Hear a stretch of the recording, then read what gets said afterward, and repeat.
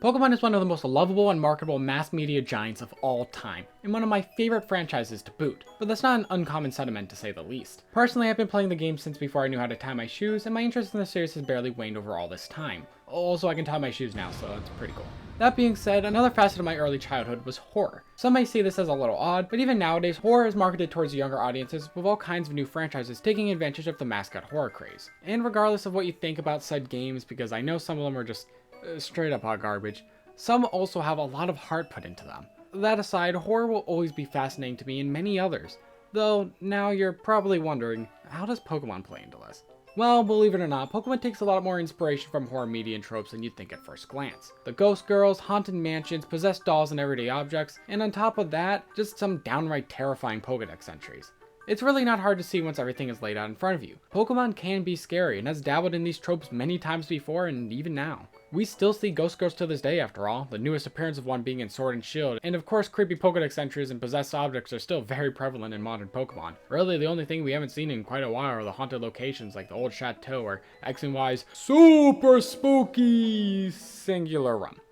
Seriously, what was up with that? It seems the last true haunted location was the abandoned Mega Mart from Pokemon Sun and Moon, which is really sad to see as they've always been a big highlight for me. I mean, they've been around since the original games with Lavender Town, which I don't think needs much of an introduction itself, as it's been the set piece of every 12-year-old's first creepypasta for well over a decade at this point. And I won't lie, I do have quite a soft spot for the place and all the stories that surround it. I live for the scares, and my love for Pokemon and horror have always made these locations extremely intriguing. I want to do a different video going more in depth into all the haunted locations in Pokemon, so I won't spend too much time on them here, as I feel I've got my point across that Pokemon isn't shy to these types of ideas and set pieces, though those aren't really the main focus of this particular video, but are important things to keep in mind as we move forward, as I believe they're one of the many reasons Pokemon and horror find themselves face to face more often than you'd imagine. As I said, I've been playing and watching Pokemon since I was very young, and I've always had some form of intrigue with horror media. Probably due to my grandpa, who'd watch them all the time in the living room, and they'd scare the hell out of me back then, but that fear caught my attention, which of course led me to coming in contact with creepypastas at quite the young age. Some of my earliest memories on the internet were me binging Haunted Gaming by Some Ordinary Gamer back when he did those pretty consistently, which was almost 10 years ago? What the actual hell? It's kind of hard to say for sure, as it seems a lot of those old videos have been unlisted or deleted, which is sad to see as they were a distinct part of my childhood and did a ton to shape my interest back then and, well, to this day in many ways. And it seems many agree with that sentiment. The mid-2000s was the era of creepypastas, like mascot horror is today in many ways, and whether it was by Some Ordinary Gamer or some other YouTuber, it's clear that this wave of horror story fascination had the Pokemon community in its clutches and had no intention of letting go. In fact, it still hasn't. To this day, Pokemon creepypastas, horror games, rumors, and all the sorts still cycle through the community. Maybe not as often, but even then, there's something different about it nowadays. The eerie and creepy nature of it all is gone. Nothing feels the same as it did, and maybe that's just the nostalgia talking or the fact that I'm not a kid anymore and I'm now desensitized and jaded. It could also very well be the fact that nowadays people are more prone to being tech savvy, so at least rumors or creepy stories that could be believable in some manner are completely invalidated. This is all to say, Pokemon has an odd relationship with horror, and it has since its inception. So I wanted to take a dive into the Pokemon horror media of the internet and see if it has any merit, to see why people are so prone to making this type of content for what is broadly seen as a kids franchise. Also, that's not an insult, I still love Pokemon myself. And see if it has improved over the years or is simply a fad of a bygone era. But before we get into that, if you're enjoying this so far, please make sure to do the YouTube thing and like, comment, and subscribe. And yes, it does feel even more scummy every time I ask, but it seems to work, so I can't judge results. Also, I put a lot of effort into this video, so please let me have this. As for my research methods, it was a little difficult. It's not the easiest thing to go back so far and pinpoint where such a broad concept started, especially considering Pokemon was created not long after the internet itself became available to the public. So I was a bit overwhelmed at where to even start. So to simplify the process and get as much information as possible, I decided to start with the earliest examples I could find, whether rumors, creepypastas, or games if applicable, sample at least a few, then I'll do the same for the most popular ones, and lastly the newest examples I can find. Then in the end decide whether or not I feel there's merit to Pokemon and horror being put together as often as they are. Probably not the best way I could have done it,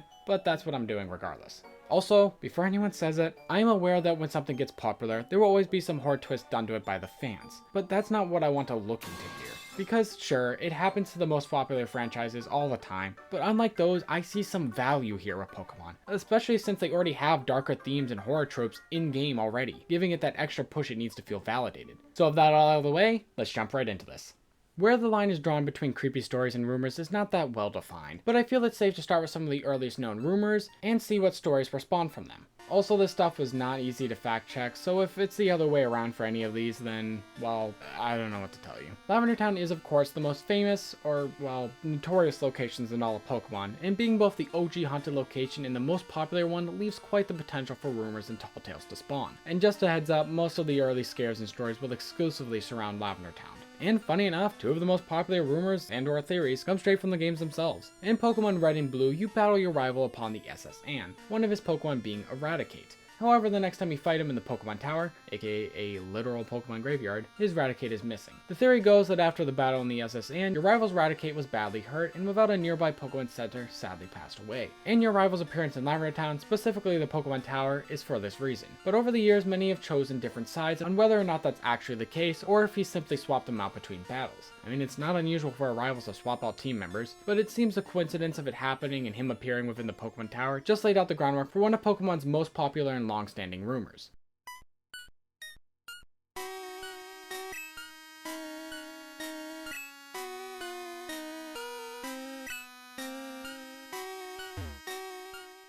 These few sentences here set forth years of rumors, theories, and speculation as to what this white hand truly was. Many rumored it was some sort of hidden Pokemon, many believed it proved the prevalence of non-Pokemon ghosts, and many just saw it as this girl being a smartass, which are honestly all acceptable theories to me. Though, I won't lie when I say I like the subtlety that is the white hand. It can be effective with putting the player on edge without really showing anything, and while I do believe it was likely just a throwaway line, it stayed with the fandom ever since, even appearing in the Pokemon Origin specials in a similar manner to the OG games. That aside, the white hand actually does well to transition us into the next topic, creepypastas. Buried Alive is one of the earliest creepypastas I can think of, and to that it also owns the title of most popular, or at the very least most iconic. But there might be a few that come close, if not trumpet in that regard, but we'll touch on those later. Regardless, Buried Alive tells the story of a supposed original boss that was meant for the Pokemon Tower that was found in the code of the game, where instead of Marik's ghost, it'd be a zombie-esque trainer protruding out of the ground, where they then challenge you to a battle using 2 white hands, a Gengar, and a Mach. See what I did there with the white hand transition? Yeah, that wasn't as clever as it could have. That wasn't clever at all.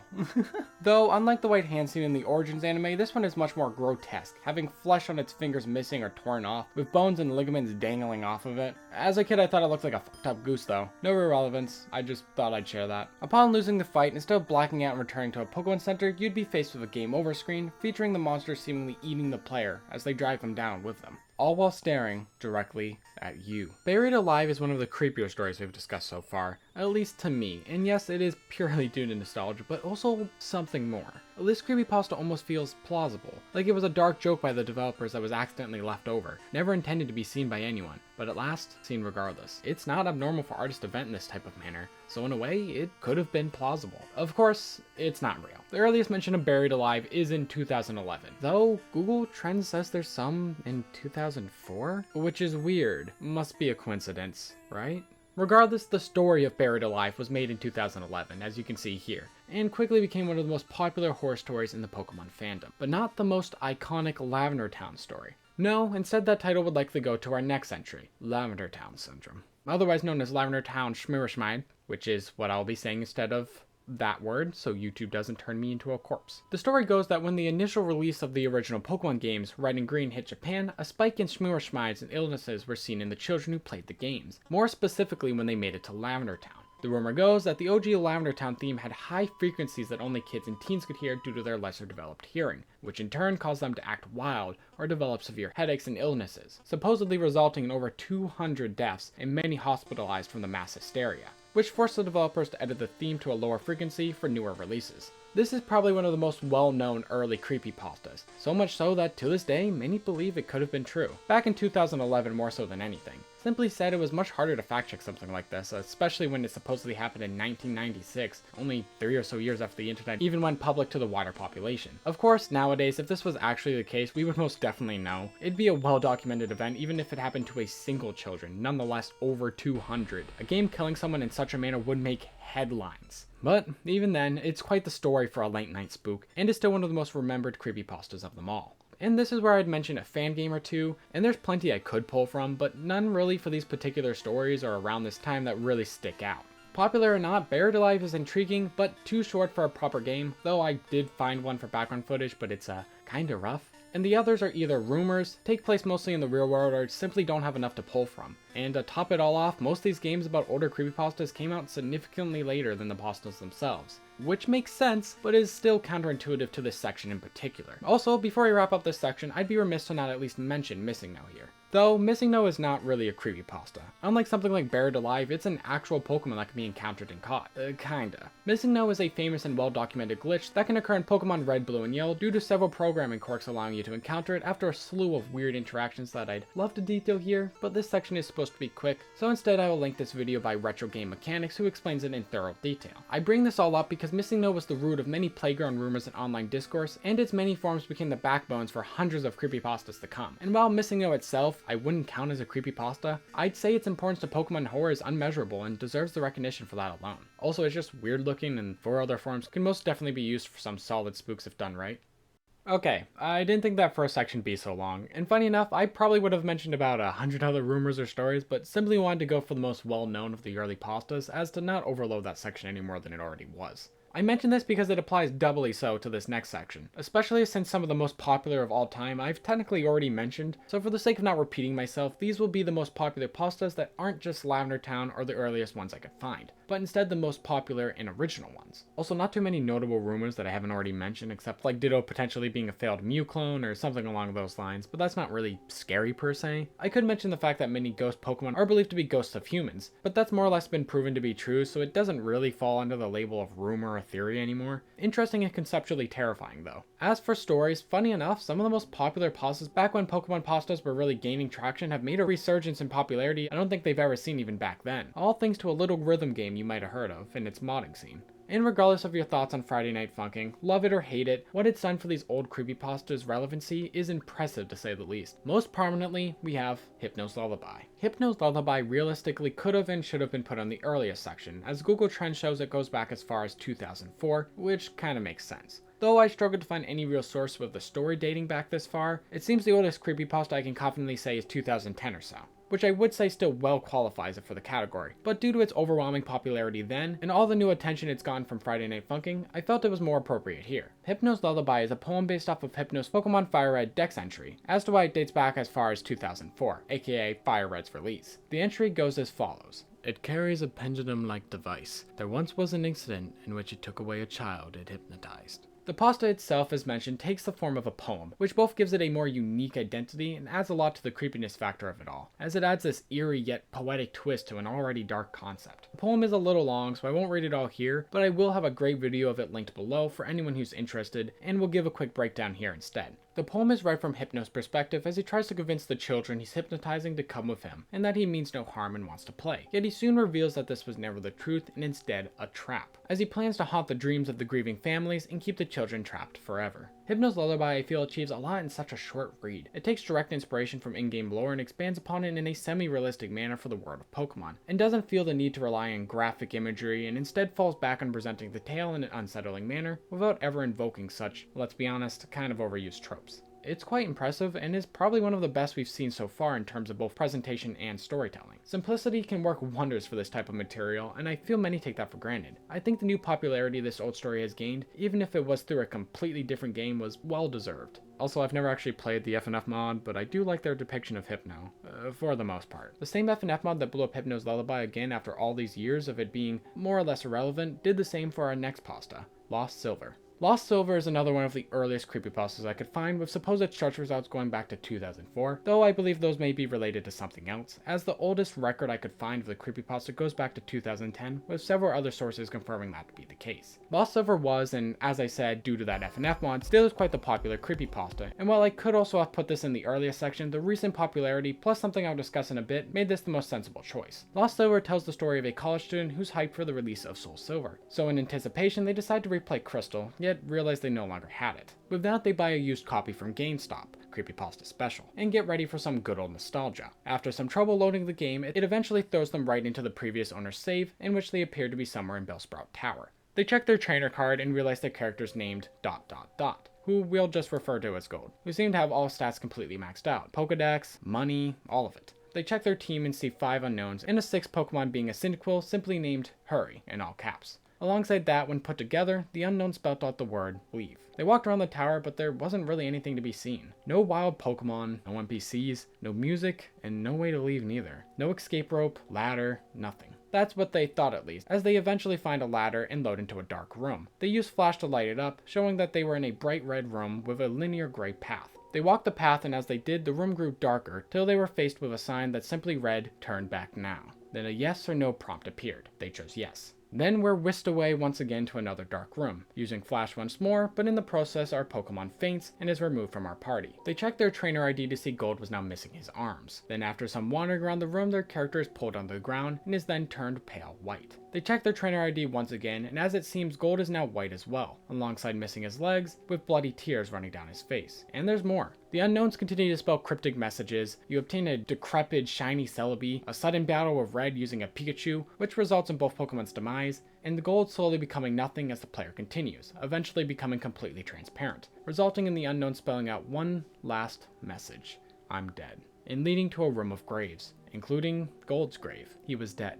He had been dead the whole time. I'm sorry if that took a little long, but I wanted to explain this one a bit more thoroughly because I feel it's necessary to understand it proper. The story at first glance starts off like any old creepypasta. Haunted or hacked game, ooh, spooky. And throughout the story, it never truly steps out the bounds of a generic creepypasta. At least, not till the end. As you continue to read, it hints at the fate of our player through the unknowns and Gold's trainer ID. While not always subtle, it's a creepypasta after all, it still does it in an interesting manner, making it feel chilling when you finally realize what it all means. It's nothing mind-blowing, of course, but it's the perfect encapsulation of what a Pokemon creepypasta was. Goofy for sure, but packed with unsettling ideas and interesting uses of Pokemon, especially unknown in this case, at least on paper. I brought up fan games at the beginning of this video, and have yet to discuss any proper, and that's more or less because we've yet to cover any material with decent game adaptations, or there simply wasn't any during that time. But these are two of the most popular Pokemon ghost stories, so of course there's playable versions of them. And yes, this is another reason I didn't group these with the earliest section. Though the playable version of Lost Silver actually was made in 2010 when the story was released, Hypno's Lullaby ended up getting one a few years later, so I thought it made more sense to just group these together here. As for the quality of these games, well, let's just say we're not going to dwell on these for too long. Both games, which I'm sure at this point you've noticed I've been using for background footage, are extremely faithful to their original source material. Kinda. Hypno's Lullaby definitely takes more creative liberties, which makes sense as the original is a poem and not a fully detailed story. So instead, the game takes the Hypno encounter from Berry Forest from Pokemon Fire Red and Leaf Green and runs with that idea, where instead of saving the girl and returning her to her father, the girl is there to lure you into a trap, and the story plays out from there. Which is a pretty smart way to take the story. It's not very good though. It's boring, not scary in the slightest, and is quite sluggish and slow with a very unsatisfying payoff, and apparently there is a secret good ending, but it's not much better. It's just how the game is supposed to play out with you returning the girl to her father. Also, the NPC sleep stall. Why? I honestly think I said it best in my playthrough recording. How am I supposed to be scared when I'm getting sleep stalled by just a girl, just a random girl? How is this? This isn't scary. This is frustrating. I'm annoyed. I'd forgive the game if it had some quality scares, but besides a good initial start, it falls very flat and is incredibly lackluster. I'm sorry. I despise being negative, but it just didn't do it for me. Actually, I'm not sorry. If you sleep stall, you deserve to be carted off by a Hypno, you jerk. As for Lost Silver, it's a little better. It is incredibly faithful to the original story. I mean, almost to a T. But the thing is, it's a bit clunky and unfun, it's hard to tell what's going on, it most certainly isn't scary, and the ending, at least to me, loses any form of impact the original might have had. However, I don't really blame the devs here.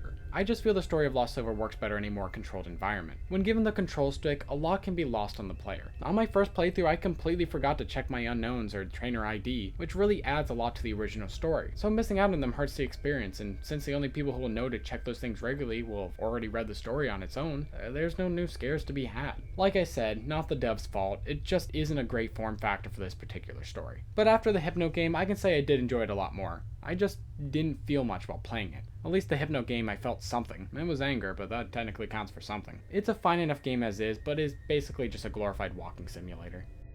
Finally, onto the new stuff. Rumors and theories of the horror variety are very rare nowadays, and I couldn't really find any worth mentioning, so we'll jump right into the stories once again. However, if you guys have any interesting or horrifying Pokemon theories or rumors I've missed, I'd love to hear them in the comments. I freaking live off of this stuff.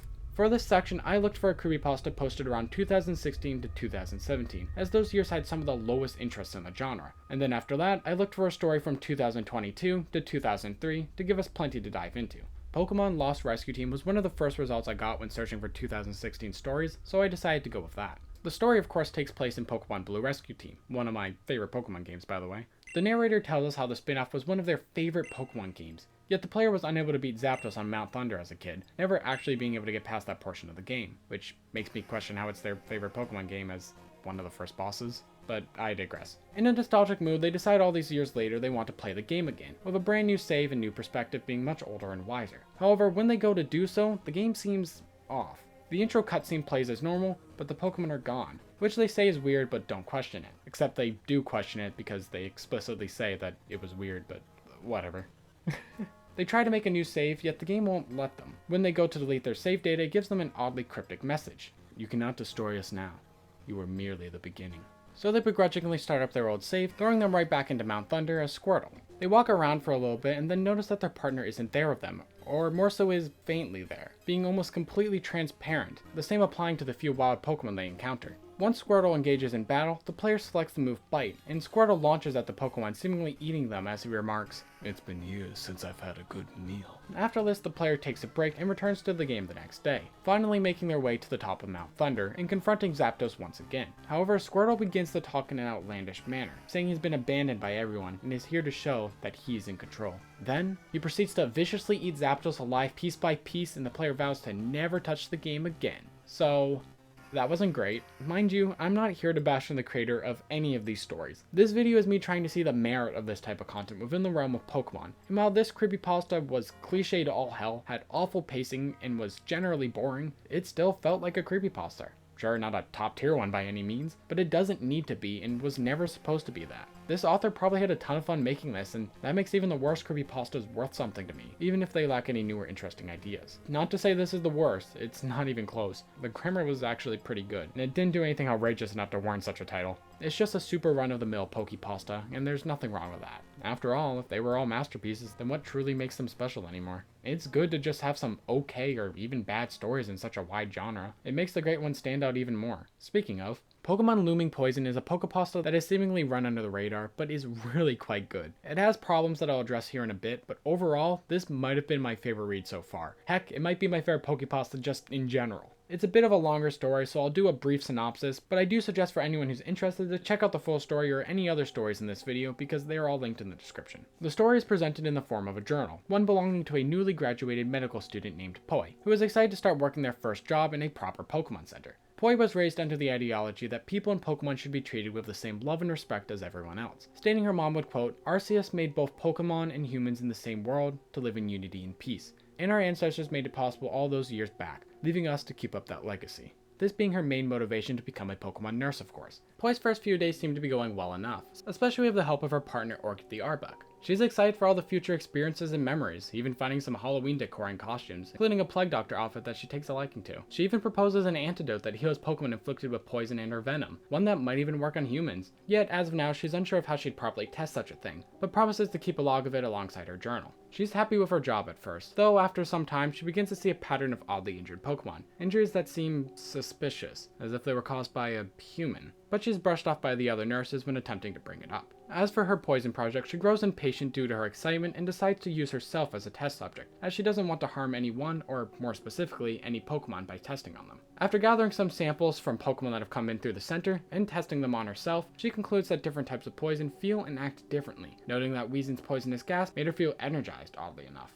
Well, to a degree. She feels both energized, but also finds it harder to breathe after a bit, but is convinced that she can stop whenever, so it's not much of a problem. Poe witnesses a Pokemon being beat by its trainer. She tries to tell the authorities, yet nothing much comes of it, and she grows angry, as a silent anger starts to brew inside of her. She sees those who don't treat others as equals, especially Pokemon, as nothing more than parasites that need ridding. Yet, as of now, she doesn't quite know what she could do to help. As for her testings, she says that her poison tests are going well, yet her breathing has worsened, her skin is becoming softer and more frail feeling, along with her coughing up purple substances. She doesn't seem all too phased, however, as she sees it as more of an inconvenience than anything. Eventually, she manages to gather evidence on the rise of Pokemon abuse, but as she continues to work on her personal antidote project, her condition worsens severely, and it, mixed with emotions of wanting to save Pokemon and rid the world of scum, leads to her becoming mentally unstable as well. Her mind, in a way, is becoming poisoned, as is her body. all culminating to her eventually murdering a man on a fake distress call to Mount Silver, all because they wanted to battle. It was never intended, but one thing led to another, and in a last-ditch effort and rage, she injects the trainer with her antidote,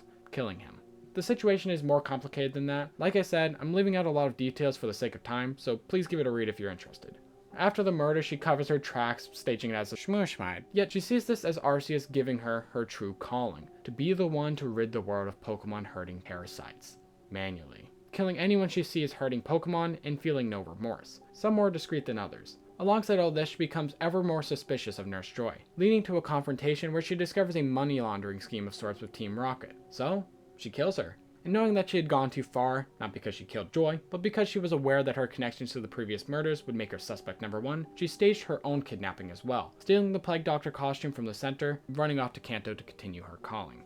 After all that, we skip about 13 years into the future, as she had said she had lost or had simply forgotten about her journal, and is just now refinding it after all this time. She has continued her ways, yet remarks that she no longer hears the words of Arceus, and instead is doing all of this for herself. Lastly, she notes a strange man in the forest sporting long hair and red clothes, thinking maybe he might be friendly and she might want to say hi. And the story ends there. If you feel like there's problems with the story's pacing or everything seems a bit all over the place, I assure you if you actually go ahead and read the story, it is much better explained and everything is paced out a little bit better, though I will say I do have some problems with the pacing and we'll get to that in a second because there's a lot to talk about with this one for sure. First off, I will say to the author, you did a great job. This is probably one of the best stories I've read in a creepypasta, hands down. As for if it's the best Pokemon creepypasta, I'm not so sure. I really do think the form factor of the original Hypno's Lullaby might be the winner in that regard, taking a part of the games that is already a tad dark and seeing where that can go, and doing so in a way that doesn't feel super forced or in your face. But Pokemon Looming Poison is the best story I've read so far. Not perfect per se, I have gripes, but nothing ruined my enjoyment of the story or took me out of the experience entirely. And it presented itself in a fun way as well, which I briefly mentioned but didn't really elaborate on. The story is presented in the form of a journal, with dates, scribbled out words as if she made a mistake or simply thought of a better way to word something in the works. It's simple and some would argue done to death, but I didn't feel like it was forced. The way it was written made it feel believable, for the most part. This is where some of my gripes come from, and mind you, they're pretty easy to correct issues, but issues nonetheless.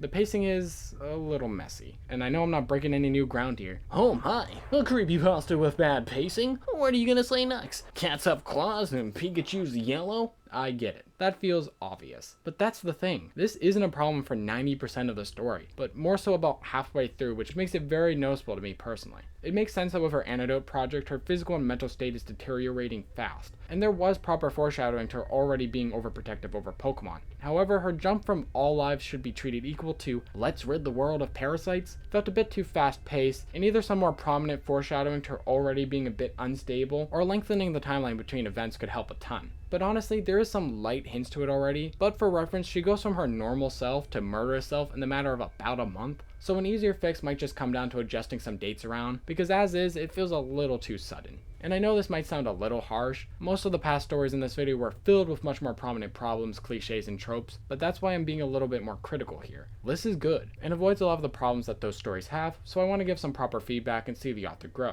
I can see the love that was put into this story, and that's really great. When it comes down to it, my biggest critique is that it didn't feel like it needed to happen in the world of Pokemon, while stories like Hypno's Lullaby are directly tied to it, and the creepiness comes from that fact. If this story removed all mentions of Pokemon, it would still work as its own self-contained horror story, but in a way that kind of works as a double-edged compliment. It shows that the author can write a good story, but maybe the creepypasta aspect could be tweaked in some respects, but I don't think it's necessary per se. It's just something I noticed and wanted to point out. And I do wonder what will happen next, like who this potential man is, and does this hint at another story, or is it just a sly cameo to another creepypasta? My gut reaction was Strangled Red, as the main character of that story has a similar description, but I can't 100% say if that was intentional or not. Regardless, leaving the story as is, no continuations, and no more edits, it's a ton of fun, avoids a lot of tropes, and is a creepy little story taking place in the world of Pokemon. If the author is somehow seeing this, you did great. Lastly, horror games. And I will say this was a bit harder than I thought. It seems that Pokemon horror games are not nearly as prevalent, and besides some super low quality stuff, the only thing I found that I'd say is even close is a small game called Pokemon Lifeless 2, released in 2020. So we'll be looking at that. And I would have played the first game, but the game job page is gone for some reason, and I don't dare download it from any other sites. As for the actual game, it's a bit of an oddity to me. The game takes place in what seems to be a distorted dream sequence as you walk around and try to figure out what is going on within the story. It's an interesting game to say the least, but to be frank, there's not much to say about it. Essentially, you, the player, are discovering the tragic past of a sick kid that was adopted by the brother of her father, and the tragedy that followed. I won't completely spoil this plot, as I feel it would ruin the ability to play and enjoy it yourself, but that brief is all you need to know going into it, if that. You discover more about the story through finding baubles of exposition from NPCs, items, and flashbacks, and as you learn more, the flashbacks become more vivid and obvious as to what's happening within them. The game is super short, only being around 30 minutes, and is quite the nice little experience. It doesn't rely on loud sounds and gore to spook the player. In fact, it's not really trying to scare you per se, but instead make you feel uncomfortable and intrigued in the story at hand. And the story, while not complex, was presented in a way that made it more interesting than if it had simply been written out like a generic creepypasta. Though that being said, I do have a few gripes. The game itself is kind of just a walking simulator and can be hard to figure out what to do next to progress the plot. Alongside that, the Pokemon aspect is not really there. Sure, it looks like Pokemon, but nothing in the story really needs Pokemon. It would work without it entirely. I said a similar thing about Looming Poison, but even then, that would need a rework of sorts to remove the Pokemon aspects and still work. However, with this story, it could be removed and make no difference at all. This isn't a big deal at all, it's just something to keep in mind, as I find the most intriguing parts of these stories being what they do with the unique set piece the Pokemon world provides. So I find it a little disappointing when nothing is capitalized off of it. Also, it had some custom music in there, quite nice. I couldn't figure out who the composers were, or at least I couldn't find any socials for them. Also, there's a lot of them, so I don't know who made what specific tracks, but I've been playing one of the tracks through this section, and they really do help the experience, adding quite a bit to the atmosphere the game wants to create. That aside, this is still a lovely little game and honestly almost made me tear up, but that could be because it was late and I'm a bitch with sad stuff. Either way, it's most definitely the best game I've played for this video, and the link will be in the description for those interested. And finally, after all that, it's time to come to a verdict. So is Pokemon in horror a good fit? Does it add anything to the series? Do I think it has potential, or was it a fad that has served its purpose and needs to be retired? Honestly, I personally think it has merits, but is flawed. Pokemon has always had these tropes since the very beginning, and while nowadays it's been tuned down, some of it still remains, and I'm glad it's still there in some way, as I feel it's a staple of the series, and it'd be sad to see those things go away entirely, as they can lead to new rumors, theories, and even more fun. That's the games though. This video mostly focused on the internet side of this topic, which mainly means creepypastas, but I still stand with the fact that they're worth something, and I can definitely see why to this day people are still making them. But I'm jumping the gun. First off, have creepypastas improved over the years? And this is a tough one, because from what I've seen, it seems that those who made those stories back in the mid-2000s eventually moved on, including myself up till revisiting them for this video. And due to this, most of the people that are writing new stories are new fans of the genre, and therefore it's almost like a new slate for the genre entirely, as a lot of these seem to be first-time writers just like the first Pokepastas back in the day. So improvements are a bit subtle, and a lot of new Pokepastas honestly fit in with the old ones for better or for worse, with exceptions to this really standing out, like Pokemon Looming Poison being a prime example of the potential this genre still has. There's still a lot of stories that can be told, and each and every new game gives us more material to work with. People just need to stop trying to be the next Lost Silver and need to figure out their own way to write a story, instead of copying what used to work. In the end, people love drama and scares, and as long as that never changes, Pokemon horror stories and rumors will never leave us. And whether or not you think that's good or bad, I think it's wonderful. Sure, they can be cheesy, poorly written, and a dime a dozen, but that doesn't mean we can't find gems out there, and that those gems won't spark new motivation and creativity into a new generation of people who love Pokemon and love horror. Pokemon in horror is messy, but that doesn't mean it lacks potential, and I personally love that about it. Maybe next time I'll dive more in depth into the haunted locations of the games, or perhaps even the manga or anime. However, in the meantime, I hope you all enjoyed my nonsensical ramblings. This video was actually pain to make at points, especially this part, so if you're feeling kind and feel inclined, I just enabled channel members, which allows you to directly support me alongside giving you cool badges and emotes and your name at the end of the video. Maybe even some videos early. No pressure though. For the love of God, don't waste your money on me if you're not certain. I just thought I'd give the option. And with that, I'll see you all next time. Bye!